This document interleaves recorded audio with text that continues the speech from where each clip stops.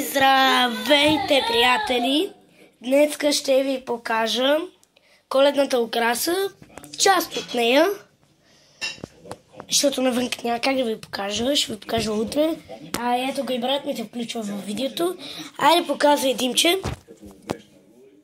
Показвай. Първото нещо е джуджето. Второто... Ама покажи го така, джуджето го изкара и го покажи. Първото джудже е това. След това... Червеното джудже. И това. Това е второто. Айде да влезем в нашата стая, да видим там какво има. Лампи. Тук има лампички. Нищо друго. Почти нищо друго. Да, но има един дядо Коледа. Има ето това. Чакай, че... Има дядо Коледа. Ето това. Ето и на брат ми Лава Бере.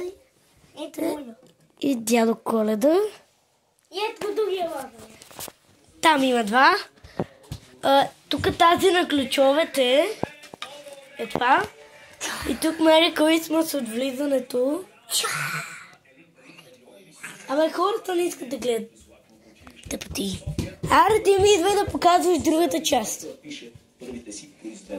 Ето той сега ще ви покаже. Другата част е това малко джудже.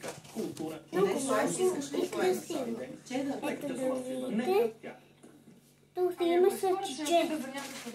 Тук има сърчице, да. Ето го. Дими, коледно настроение. Може да е голямо.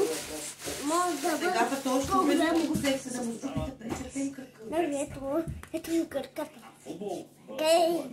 А пам кърката. Ами? Мъничко стана. И така ще ви покажем елхата. Елхата е Тия. ето жълтото. Това е от восък, истински восък. Ето ни е звездицата, елхата. И тук има друг дядо Коледа. Това е... И после ще включим сигурно 6-та част, моето куче. Айде, бай-бай!